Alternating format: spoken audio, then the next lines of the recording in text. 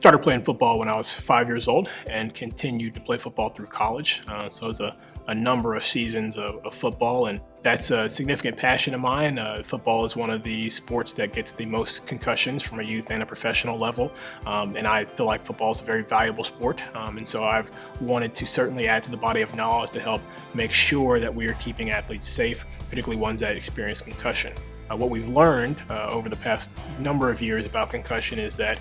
you really being able to recognize concussion is the most important aspect of keeping people safe. We've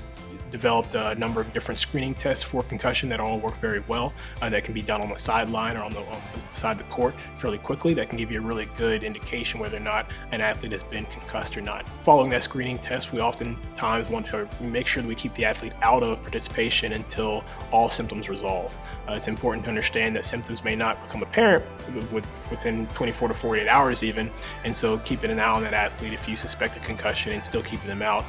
is really the most appropriate treatment. I think one of the most important aspects of concussion treatment and awareness is making sure that athletes don't go back too soon while they're still symptomatic, and that's mostly due to what we call second hit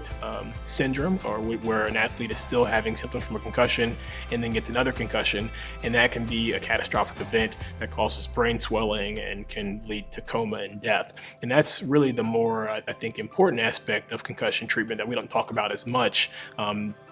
with the advent of more long-term results that are possible from concussion. But really the more important aspect of it in my mind is this second hit syndrome that athletes are very susceptible to when they're still in the period when they're recovering from concussion.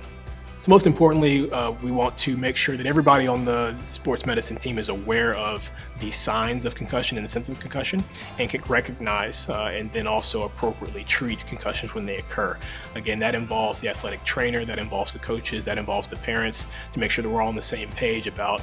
what the treatment protocol needs to be when somebody has a concussion and how to keep them safe from getting any further injury.